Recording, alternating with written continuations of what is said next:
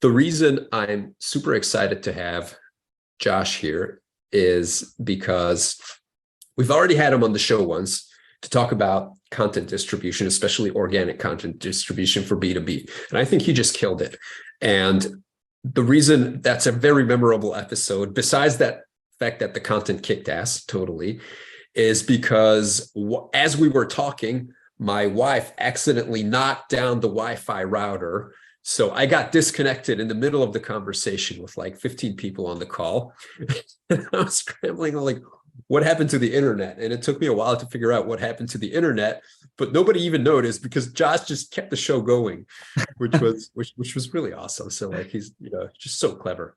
Yeah, okay. I had a blast. It was a lot of fun. It was a good discussion topic, and you can't let tech issues keep you down. Exactly. Yeah. So everybody, if you're tuning in right now, we are here with Josh Schulman, who has recently stepped into the position of head of marketing growth for the company Innovex.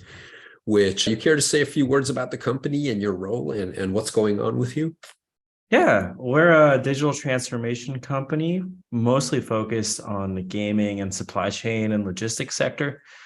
We have a global team of developers who help all of these different services optimize and digitize their processes, which wildly important in today's world, especially supply chain logistics, where historically things have been pen and paper. But yeah, we're here to help reduce the time to market and provide really good solutions there. But from my role personally, I was brought on to revamp and grow our B2B marketing strategy, which was a bit mind-blowing to me because the realization was this particular sector of digital transformation often has two marketing segments.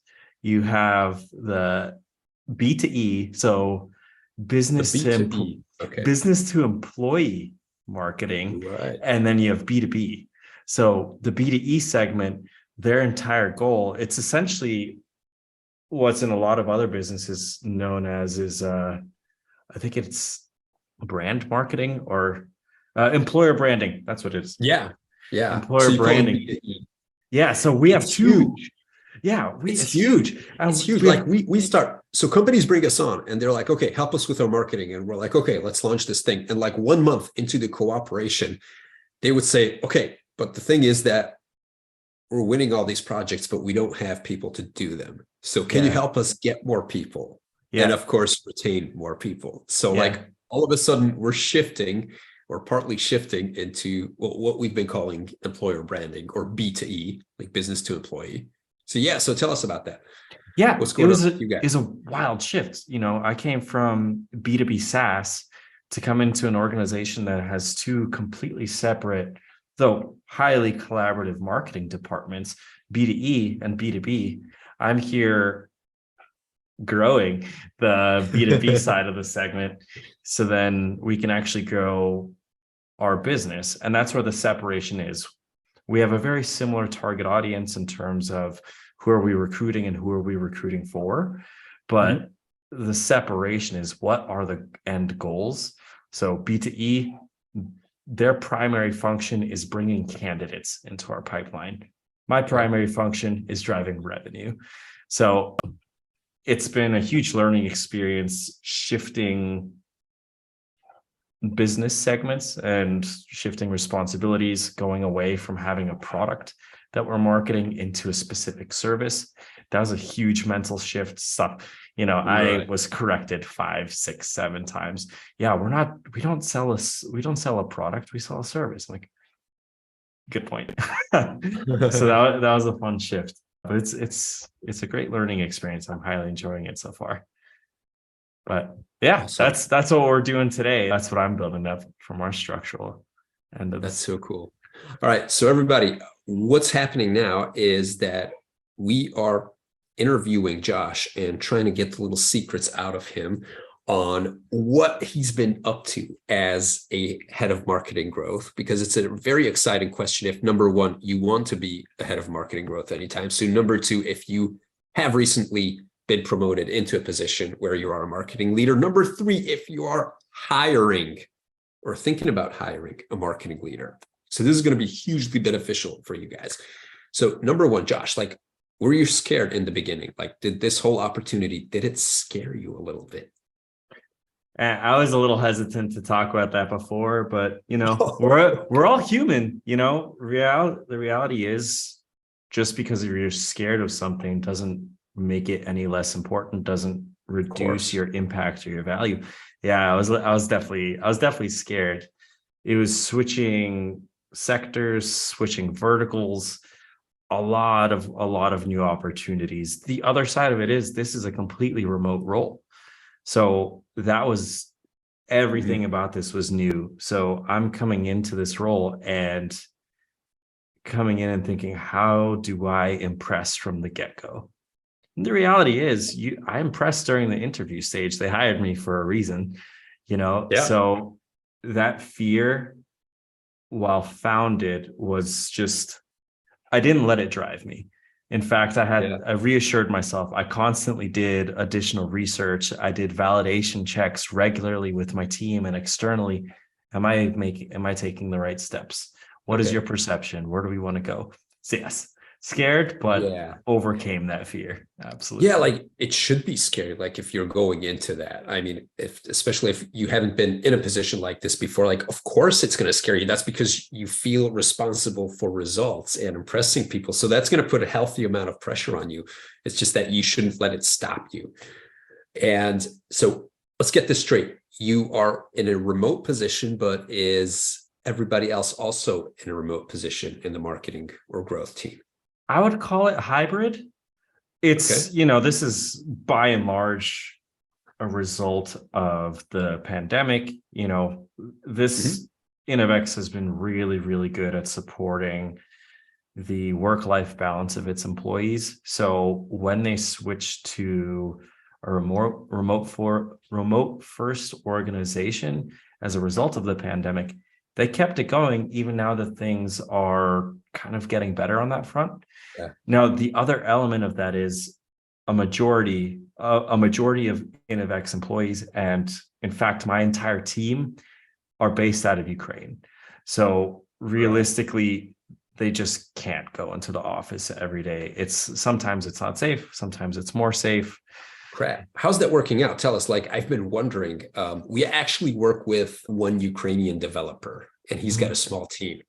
And I know he's okay, and I don't think he's in Kiev. But like, how does that work when you have an entire team in Ukraine? What's going on right now? The people there, they're highly resilient, really positive thinkers. Every single day, my entire team sends me a good morning message, cracking jokes left and right. To them, it's just another day. And they've taken that very similar approach to fear, where of course it exists.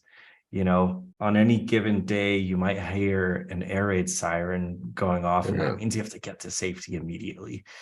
But they still persist. And for them, work is just another way to keep some normalcy.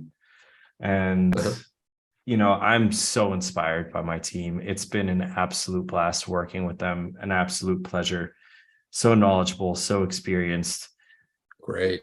It's the difficulty has been more or less the past 2 weeks, because there's been a lot of rolling blackouts. So there's been a lot of restrictions in how much work can be done. But if anything, it's been a practice and prioritization for my team. They have limited amount of hours to get something done. They do it in those hours. Other than that, I'm very strictly enforcing that work-life balance. They said, hey, I have electricity at like 2 a.m. I can get this task done. It's like, no, you're supposed to be go sleep. That's not the kind of management style that I run. Like, for me, I have results orientation, but life comes first. Yeah. Good one on that. Okay, so back to you in your new role. You land on the job, proverbially, because you're sitting at that very desk in your home in beautiful Austria. But you land on the job, and I guess you're onboarded. What are the first things that you're looking at, or starting to dissect? Yeah. So what happened in those first couple of days, besides, being onboarded and, getting to know people? Yeah. So my hiring was predicated on me asking my interviewers a variation of two very simple but very deep questions. Okay. What are we doing and why?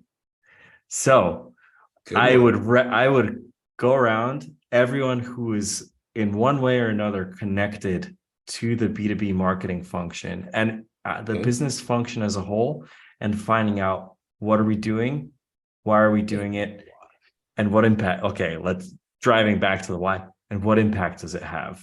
okay. So how many items would a typical person list on the what are we doing front? You know, yeah, it Is varies. it It varies who you ask.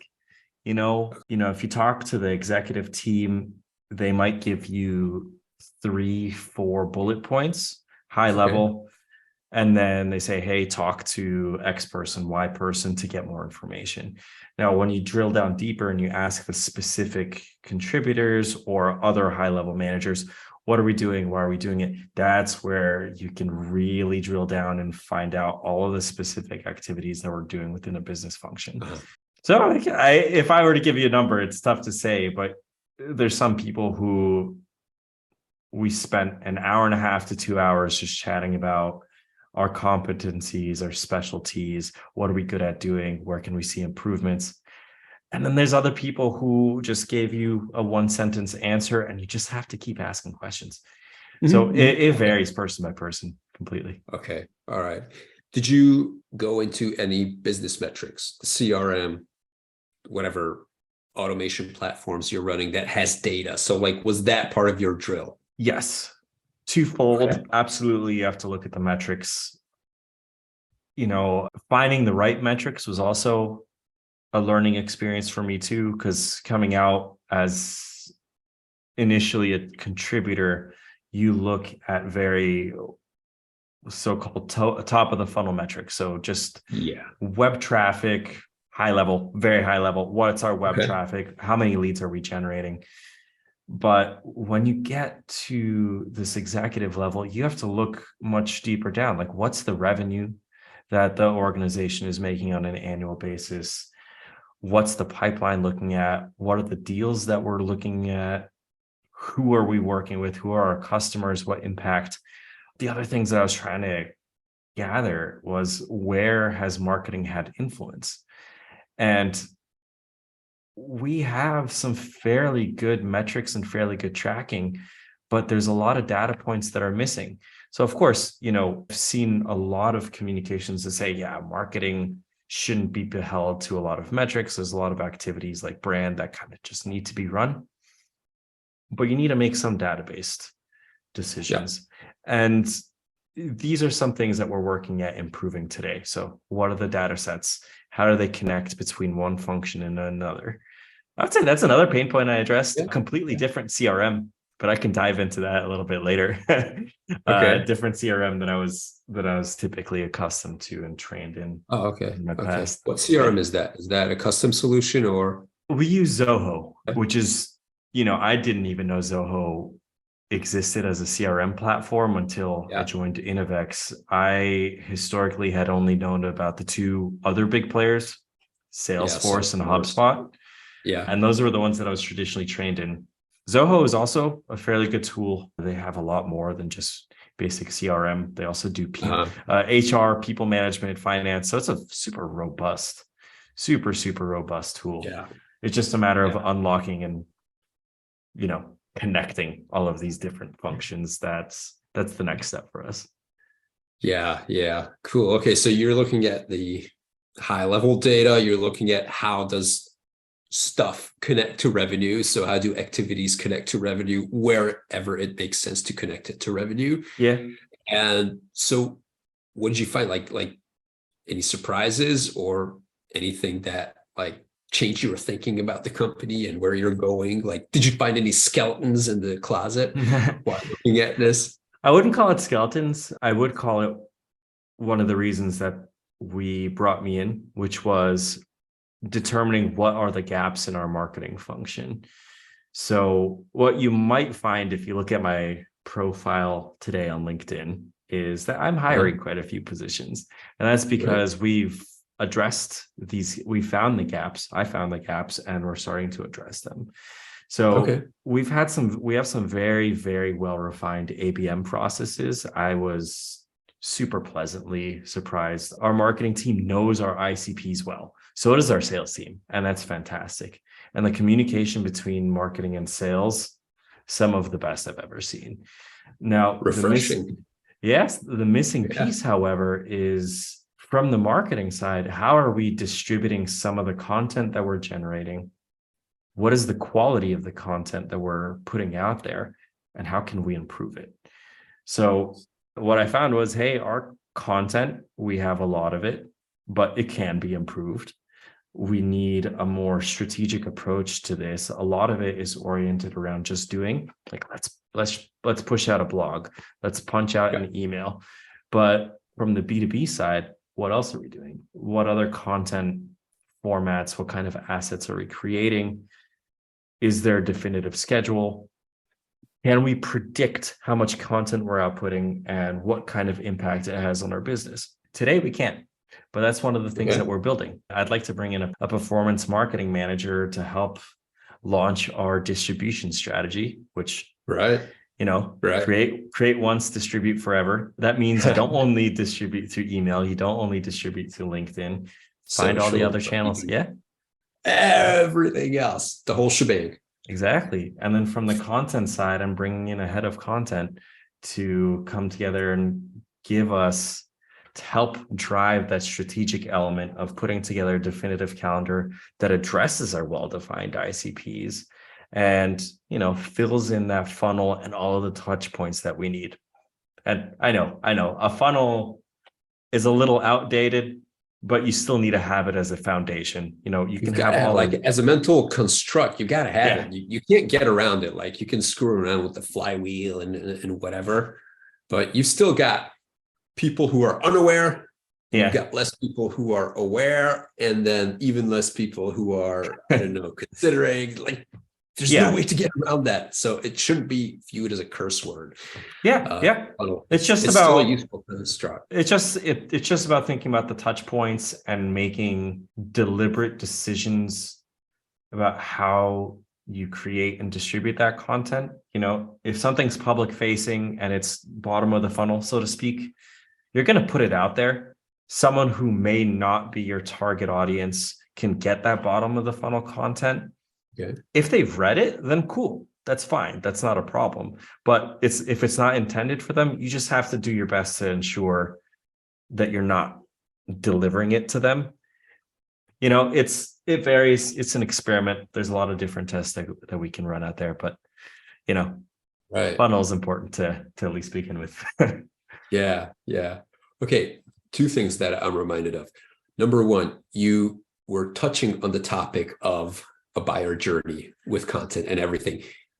It's a buzzword, like it's a total buzzword, buyer journey. Are you considering that? Do you have another model or mental construct on how buyers find you and then eventually end up as your customers? Is that even something that is related to what you do? So do you even have to worry about that? And it's something that we're looking to build. I don't believe that a buyer journey is completely linear, where we as marketers, we want to tell a story. Hey, this is what the industry status quo is today. These are your pain points. This is how we can solve them. That's the story you want to tell. And that's what you indicate with different touch points, different media assets. Realistically, that may not be the touch point where your customer, your prospect has touch points with you, but you can fantasize. You can say, I'd like for this. So for me, the most important part of developing a buyer journey is at least understanding what those touch points are, where they sit on the timeline. That could be flexible. But as long as you have definitive content pieces, definitive channels, that you can define. You can say, hey, this will affect this part of my marketing funnel. How it goes, if it's up the funnel, down the funnel, left, right on your timeline, that can change. but as long as you have the critical foundational points, that's a good starting point, and you can always adjust. So yes, Yeah. in short, yes, Okay. the prospect and buyer journey is very important for us today. Yeah. Yeah.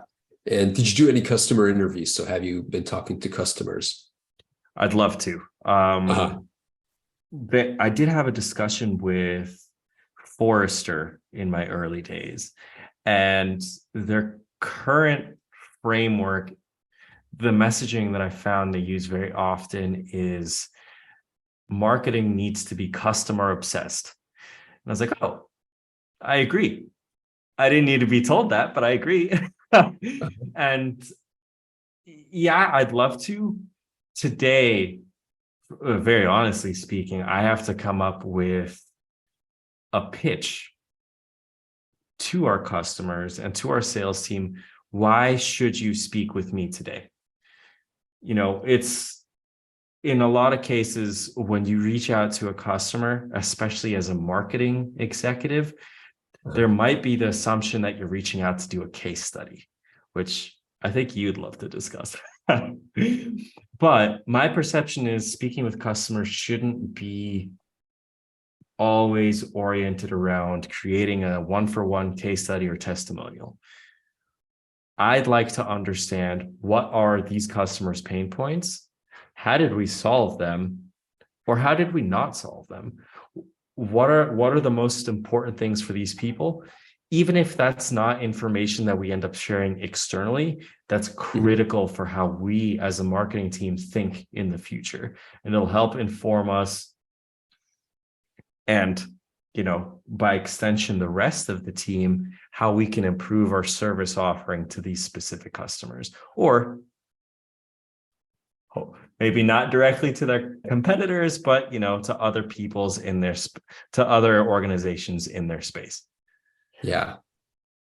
If you want, I can go in on how we do that, because like Yeah. that's a totally legitimate fear that, okay, like why would a customer want to talk to me? Just the Yeah. very fact that I'm a marketer might put them off. So what we do, so like number one, customer interviews, we see them as not one-off things, but we try to implement them as a process. So every time there's a new customer who is onboarded, then about 1 month into the cooperation, somebody who is on the buying committee and played an important role is asked to just talk to us. Also, in the case of closed loss deals, where the deal was like far down enough, we want to understand why. So we try to get those people on the phone as well, on the Zoom. And so the way we do it, the way we frame it is that number one, it's like not you, the marketer, who reaches out, but rather the account manager, or maybe in your case, you have an account manager or project manager who already has contact with the customer. And so they're just like, okay, we are trying to understand how to do a better job for you and companies like you in the future. So would you have 19 minutes for my colleague, Josh, who would ask you what was going on in your company when you decided to search for a solution and how you ended up choosing us? And like throughout the past 2 years, I think like 95% of the time we got a positive reply to that. People generally want to help. And of course, you specify like in our script, like we give the script to the account manager so that they can tweak it to their tone of voice and then send it out. And we always say, we're not selling you anything. We're not asking you to do anything right now, like such as a case study. This is not that. We just genuinely want to understand what was going on and what we could have done better to serve you. And people are just usually willing to help. Like the busiest executives will have 19 minutes for you because How did people are just happy you to help. is 19 minutes your default? Is having that obscure amount of time kind of, have you found that kind of helps? Is No, it the kind of just psychology, like we actually say 14 to 16 minutes. but number one, that raises the attention, and the psychology behind it is that, okay, like these guys really know what they want and what they're doing. And so, and it gives them an opportunity to joke off of that. So they're like, okay, I have 19 minutes, but not 22 minutes. So, and it just gets the ball going. Yeah, that reminds me of a story. Like I have, not anymore, but at one point in my life, I had some very light tendencies. So I had a very strict, like when I talk about time, I want people to round up, say like multiples of 5. If you're coming somewhere, if you're arriving somewhere, if I'm meeting with you, make it a multiple of 5. There was one time I was on the phone with my mother. She's like, hey, I'll be home in 7 minutes. And she was not using GPS. She was not using directions. Like, how did you get to 7 minutes? Like, what, why? But it made me trust her all the more. So like that checks out. It's like, oh, wait a minute. That means you know exactly where you are. And like you did the mental calculations. You know what you're talking about. It's an interesting test. Credible. Yeah. Yeah. It's just like when, not in all pricing situations, but if you want your price to be not look like it was pulled out of your butt and given a round amount, then what you want to do is, in order to make it look like there's actually some work and calculation behind it, you want it to be like a not round number.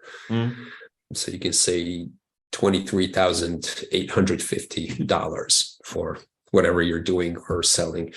And then that just, it's these tiny, and if you're selling to marketers, these are going to be less effective because they're aware of these psychological mechanisms. And it looks like I'm going to like switch topics 180 degrees, but I'm not.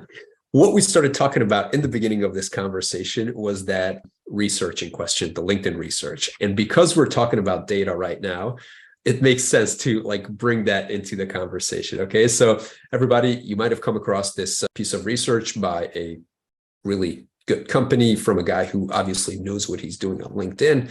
He's out there providing value all the time. And every year he creates this research, which is like it looks very accurate. It, takes into account 57 factors. And he just gives out a bunch of info on how the LinkedIn algorithm works, what doesn't, what are the trends over the years. And it's great. It's great reading because it's got a lot of information. And the only issue I have with it, as a marketer, someone who is into data, like I'm not a data whiz by any standards, but I almost failed statistics in college. But the little that I remembered tells me that in order to make valid assumptions with high confidence, you need an appropriate sample size. The first thing I look at when I come across any study is the assumptions that they're making. Is that a valid assumptions they can confidently make based on the sample size? And of course, there are still a lot of places where they can screw up, but like that's the number one fundamental thing I look at.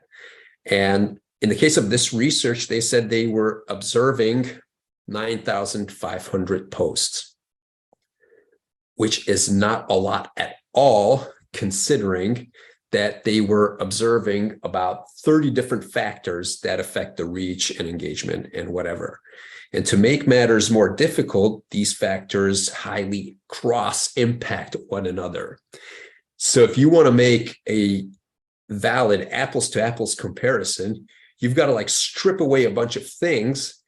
And when you're talking about like real deep stuff, like how, I don't know, posting at different times of the day, on different days of the week, what's the likelihood of you getting a higher reach? And that, so like when you're really getting into it, then you end up having to strip away a lot of that 9,500 posts, and you're going to end up making an assumption based on, I don't know, 26 posts.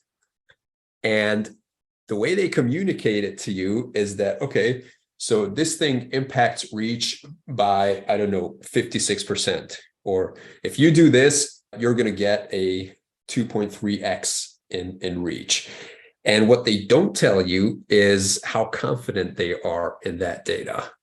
And they shouldn't be very confident in that data, right? So it's like, and sorry, I'm going on here, but I was going to write a post about it, but I'm not, because I don't want to hurt anybody's feelings. And I mean, the guy's obviously qualified for LinkedIn and everything, but I was just a bit pissed off reading this because it gives you the wrong impression.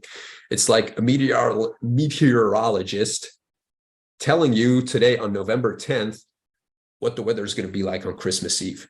They have no fucking idea. Yes, they have models and they can put in the data. And then, yeah, the model will spit out something for Christmas Eve, like a month and a half from now.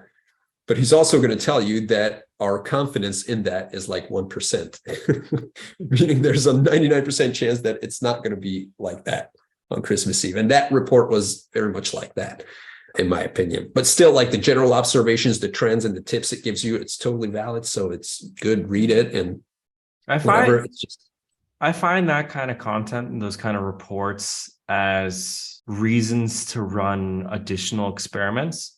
If you aren't sure what times of day to be posting on LinkedIn, what length of articles, what type of content you should be posting, what's performing well, what's changed in a trend from one quarter to another. I think that report is a great indicator of things you should experiment for yourself. I don't think that you should be taking it as a word of law. So face value. At face value, exactly. So immediately after I read that post, I started, well, okay, it's too soon. I think he posted it on Monday or Tuesday.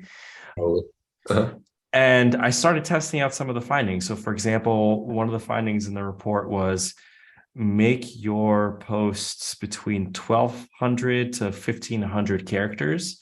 If it's longer, it'll lose. If it's shorter, it's not good enough. So the past week, I've been making posts that near 2,000 characters, which granted, I understand it's more like a blog than it is a post. So the post I made today was exactly 1,500. Okay. Wow.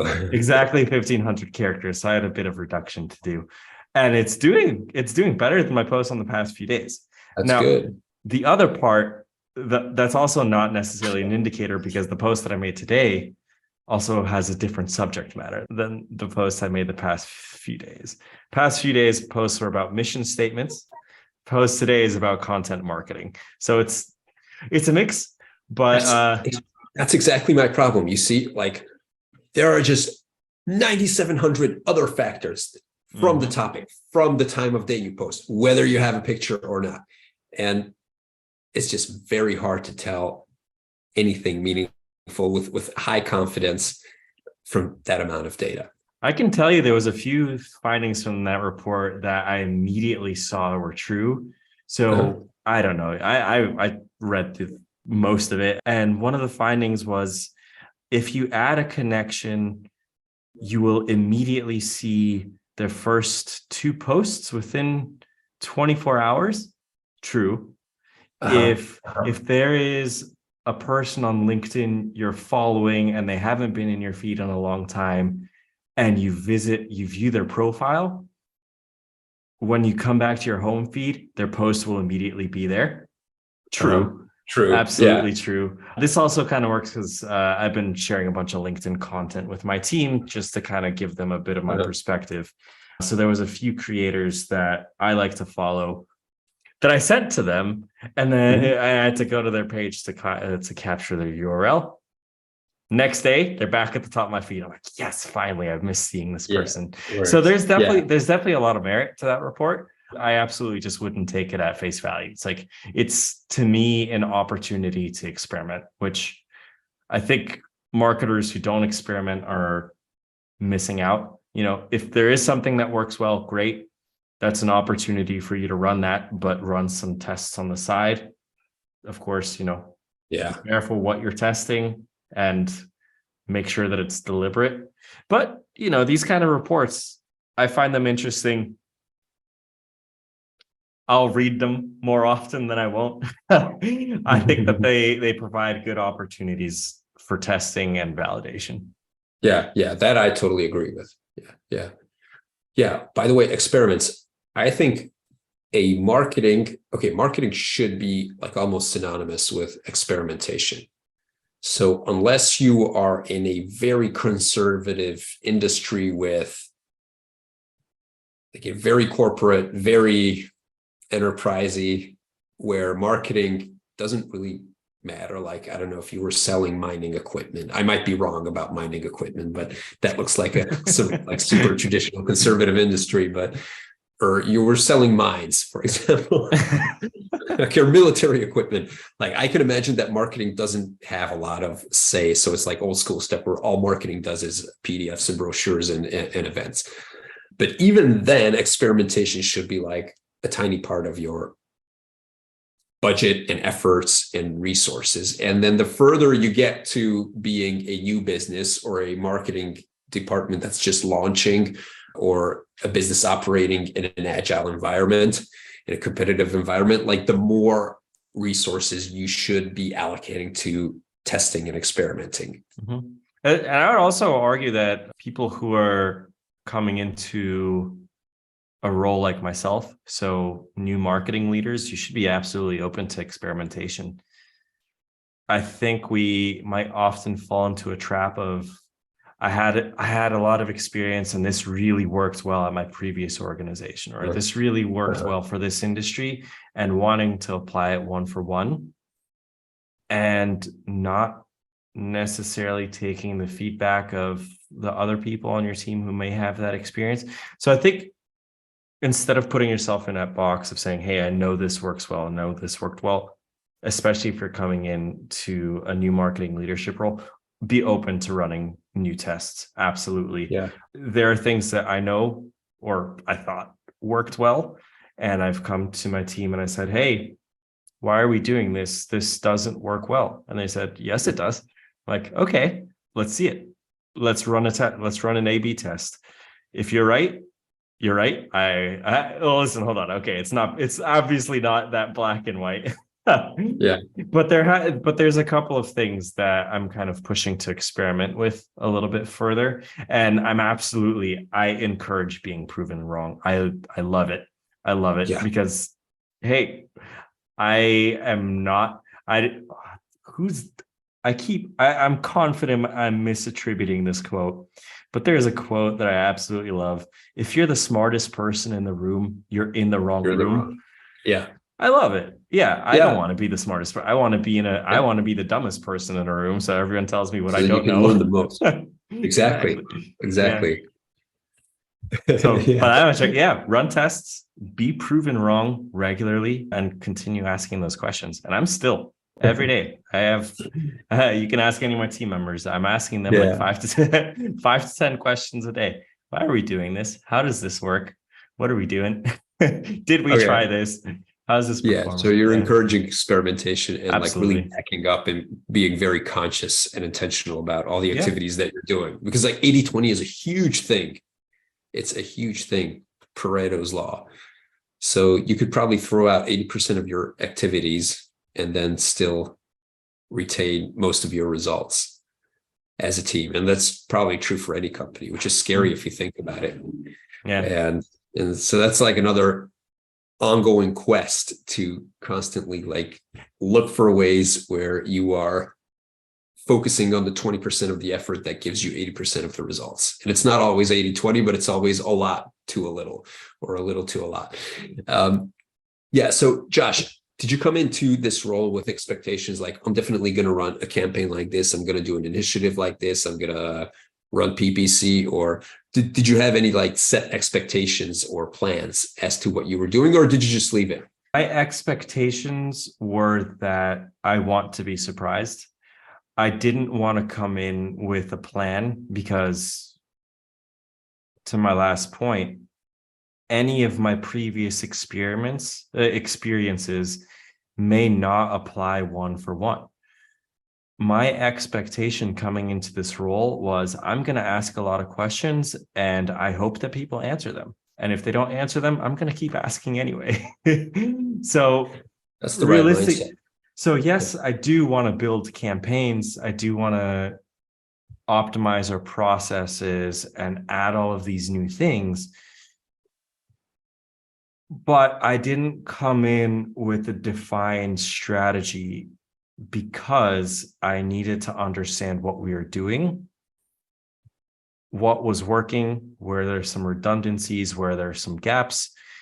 I have my assessments already, but even those can be broken apart. That was one of the first things that I tried to put my team under, was a very slight stress test, which was I'm taking away, or not even me, it was just something there was a change.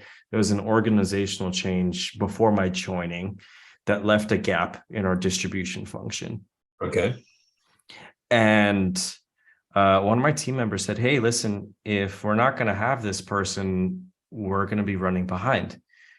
And my answer was, then let us run behind and let's see how bad this gets, because we need to understand what our gaps are. We need to understand what our strengths are. And then we can, and then we could shift to adjust. I am immensely lucky in that I am given the leeway to experiment, to learn, and to understand what works and what doesn't work. Mm-hmm. I came from a very dynamic and highly results-oriented organization that said, we need you to always be delivering something, always be delivering traffic, always be delivering leads, always run something, because we're looking to provide proof of concept. I'm in a scenario where I have the opportunity to sit back and say, and find out what are the core areas for growth, for opportunity and improvement, and where are things that don't necessarily work well that we should probably get rid of and improve on. So it's highly beneficial. And I genuinely hope that other leaders can take this approach, because when you come in as a marketer and you're immediately required to drive results, you're going to bring the wrong results, because you might not understand if those results are the right ones. If you're making, I think the only scenario in which you can immediately come in as a marketing leader and drive results is if you're making a horizontal change. If you are at, okay, let's say hypothetically, let's say you're at Meta, specifically within Facebook organization running their marketing strategy, you could probably jump over and apply a lot of the similar metrics to LinkedIn, to Twitter, to maybe not TikTok. Point being, when you're making that horizontal jump, you could maybe look at immediately influencing metrics. But if you're making a change that applies to vertical or business offering, even region, you need to sit down and learn and understand what are the critical points within this business and how can you impact growth? What are the positive results you can drive? So that's been one of the biggest benefits today, that I have the opportunity to test and to really learn. And I think ultimately we're going to be able to drive the most sustainable and long-term growth.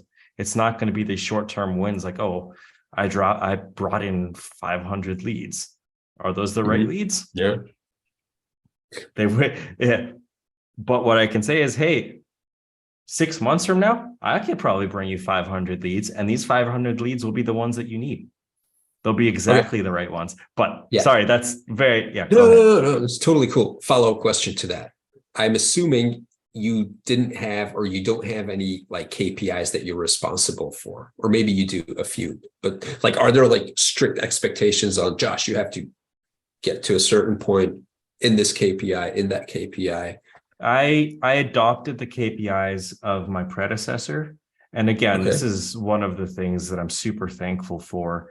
The rest of the executive team at the company was like, hey, these are the KPIs that your predecessor was measured on. Are they the right ones? Do you want to be measured on that too? And my answer was yes, because I honestly probably won't hit those KPIs, but it's allowing me to let the process run as is, so that I could understand. So again, it's a learning experience. I could understand what we're doing, why we're doing it, and if we underperform, why we're underperforming, and then we could adjust those KPIs moving forward. I came in, what was it? Right. I came in at the beginning of Q3, like so it was, no, sorry, that's Q4. I came in right at Q4. So me coming in and saying, hey, I want to be measured on X KPIs at the very beginning of the last quarter without having historic data, I couldn't confidently say change the KPIs, because that's like, you took the scarier route, because I would assume that if, as you said, like, you're probably not going to hit the KPIs of your predecessor out of the gate. unless it's KPIs that have to do with like something that already has momentum and the inertia will just keep it going regardless of a change in the head of marketing, unless they're KPIs like that.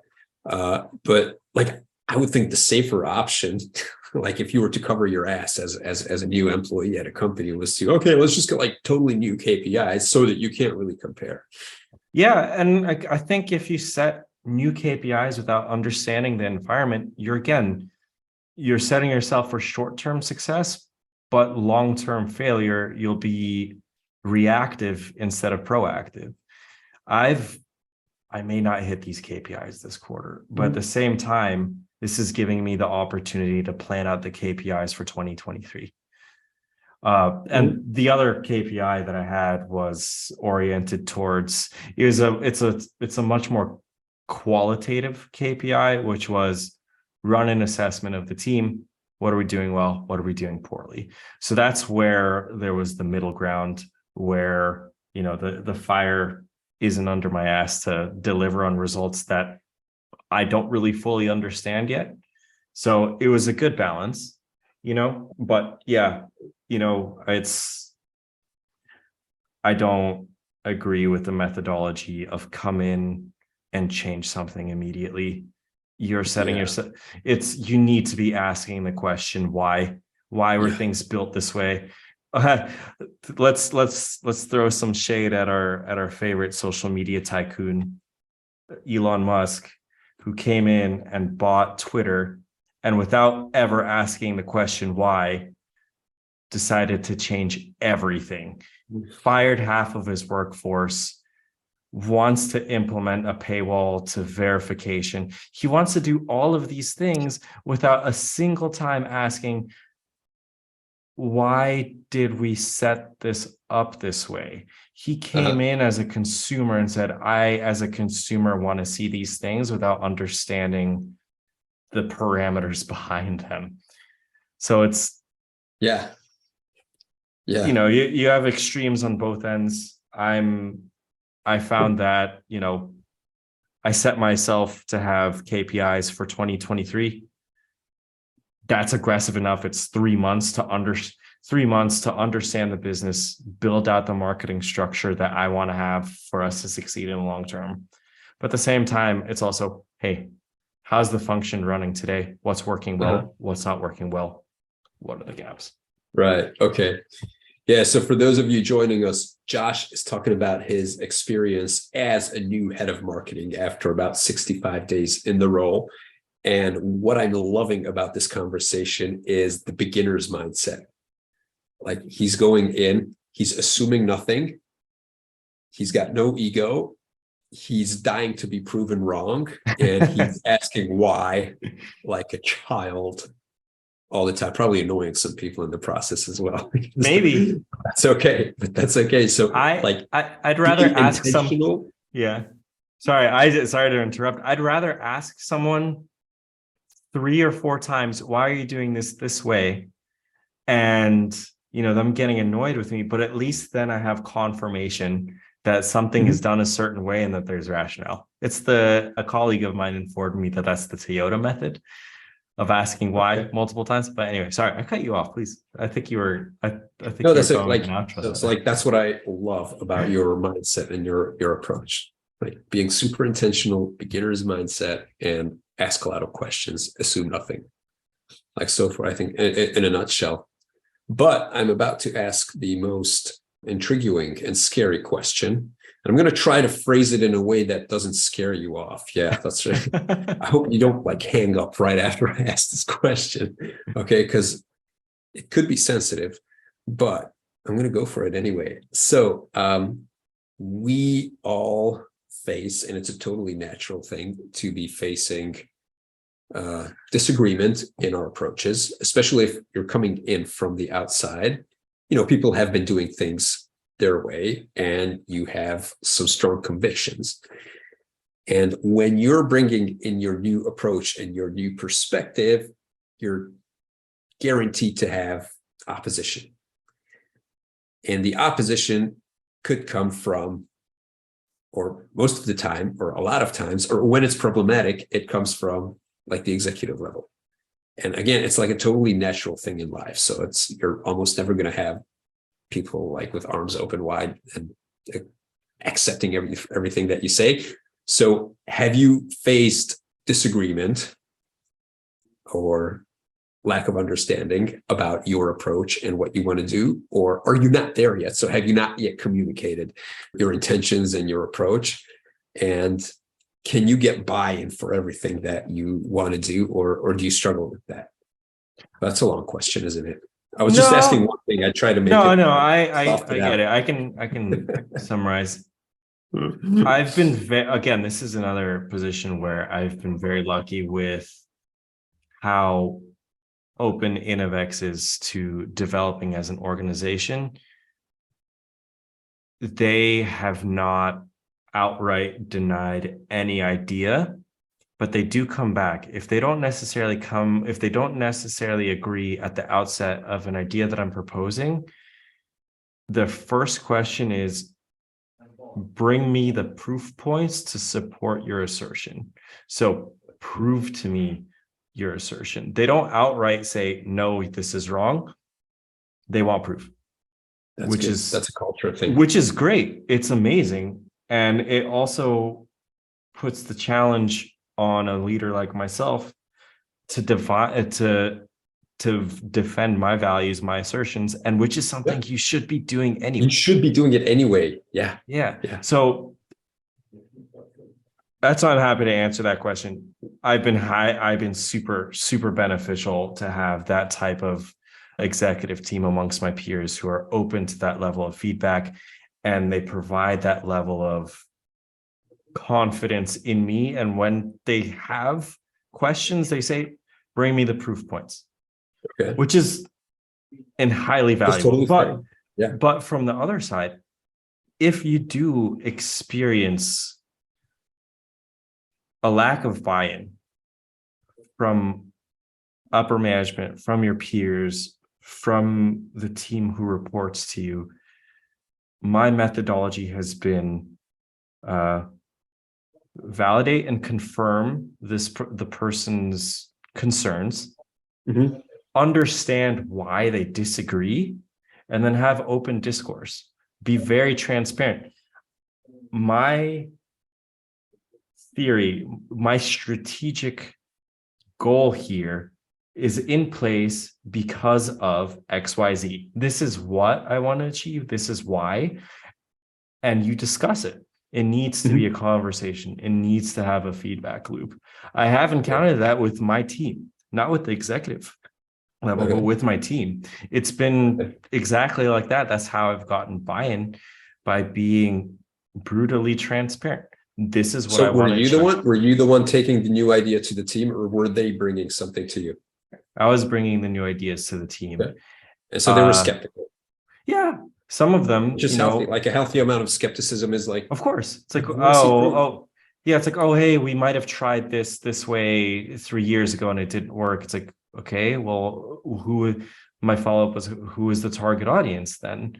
Who are the people we were communicating this information to? It's like, these people. It's like, so that's a completely different audience. Let's try this test again with this audience. Let's try a new set of messaging. It's like, okay. And then the other compromise is run an A/B test. Run your methodology against mine. Let's see which performs better. And that ties back to me being happy to be proven wrong. If my strategy doesn't work, if my tactics don't work, all the better. We all learned something today. But in order to be able to lead that way, you need a certain level of maturity, like as a person. Yeah. Self-awareness. Yeah. And I think what really helped me get there, I'd like to think I'm on my way there, but what really helps me is to think about the greater benefit, which is, even if I have egotistical goals, then my highest goal should be to be the best version of myself possible. And knowing that what that takes is to be proven wrong several times, and to be able to accept it and pivot from my stupid point of view to something that is incrementally better. Like, that's what it takes. So ultimately, where you want to get is being the best version of yourself. Yeah. Yeah. Yeah. And Not to mention the team goals and the company goals. But if you're an egotistical maniac, which is okay, it's what most people are, you can just keep that in mind, that in order to be the smartest person you can ever become, or the best, that's what you need. Yeah, I think self-awareness is hugely beneficial. Having an ego has its benefits, but you gotta put it in check every once in a while. It'll help you more than you can imagine. Yeah. Yeah. All right, Josh.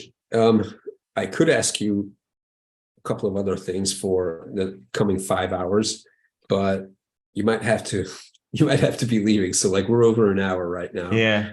Hey, you can bring me back. We can come back. We can discuss more. We could always keep going. Yeah. I was just wondering, like, did I promise the audience anything that I hadn't asked? Yeah, like your fears and we talked about fears and everything. We did talk about fears. Yeah. I think we've delivered. Like fears coming into the position. Like if we didn't, drop a comment, drop a subscribe, let us know. Okay, one final question. Yeah. If we speak 12 months from now and you will have kicked ass, then retrospectively, what do you think it's going to be? What do you think the top 3 things are going to be that you attribute your success to, your team's success, or your success as a leader? So 12 months from now, you're going to be like, whoa, yeah. What does success look like? And what are the top 3 things that brought you there? It has to be the least selfish response. It'll be my team. How much have I been able to help develop my team, those who are currently on the team, as well as those who are coming aboard anew? How much have we developed those processes to really impact our business? So team growth, did it work successfully? Did the people stick around? Did they drive results? The other side is a tidied up funnel and CRM, talking about that customer journey, that prospect journey that we discussed earlier. Do we have that defined? And third is our marketing communication focused, refined, and repeatable? Because today, that's one of the things where we can improve. Our messaging is all over the place. Can we improve it? Do we have a definitive mission? And is it running? Can we leave it on autopilot? And where can we develop? So those 3 things. Okay. Team growth. Yeah, sorry, go ahead. Yeah, but the first part of the question, what does success look like 12 months from now for you? It's like everything that you've talked about, what does it lead to? Like what future state does that lead to? The team growth, the CRM, the messaging, and whatnot. If we, as an organization that's a digital transformation and oriented around services, if we as a marketing team get nominated for awards for best in class marketing for the B2B segment, what have you, if we're recognized for our great marketing tactics, be it by an award, be it by our competitors, as long as there's public recognition of the great work that the team is doing. Okay. I think that would be a win in my book if we're recognized externally. Well, the one thing to do is to apply for a bunch of these awards, because I think that's how they work. You just apply to them, and then the other way that I saw that, it's a very unofficial way, but when your competitors reach out and say, hey, how did you establish this process? Or you hear from a customer that a competitor had said, hey, yeah, they're doing amazing work with their content, or they're doing amazing work with this. We wish we had something like that. Yeah. That's a huge, huge stamp of validation as well. Yeah. Even if it's not a definitive metric. Yeah, totally. Like it's a qualitative metric that just like speaks for itself. Absolutely. Yeah. Awesome. Well, Josh, I wish you the best. I hope you'll come back on this show in another 5, 6, or 13 episodes, however long it has been. And we can talk about your journey and your experiments and how you're growing your team. Yeah, let's do it. I'm always happy to chat with you. Okay. Well, it's been great. Have an awesome afternoon, and thank you everybody for joining. And we'll be back soon with another episode in about a week. Thanks, All right. Dan. Thanks for yours. So bye-bye. Bye, Bye, everyone. everyone.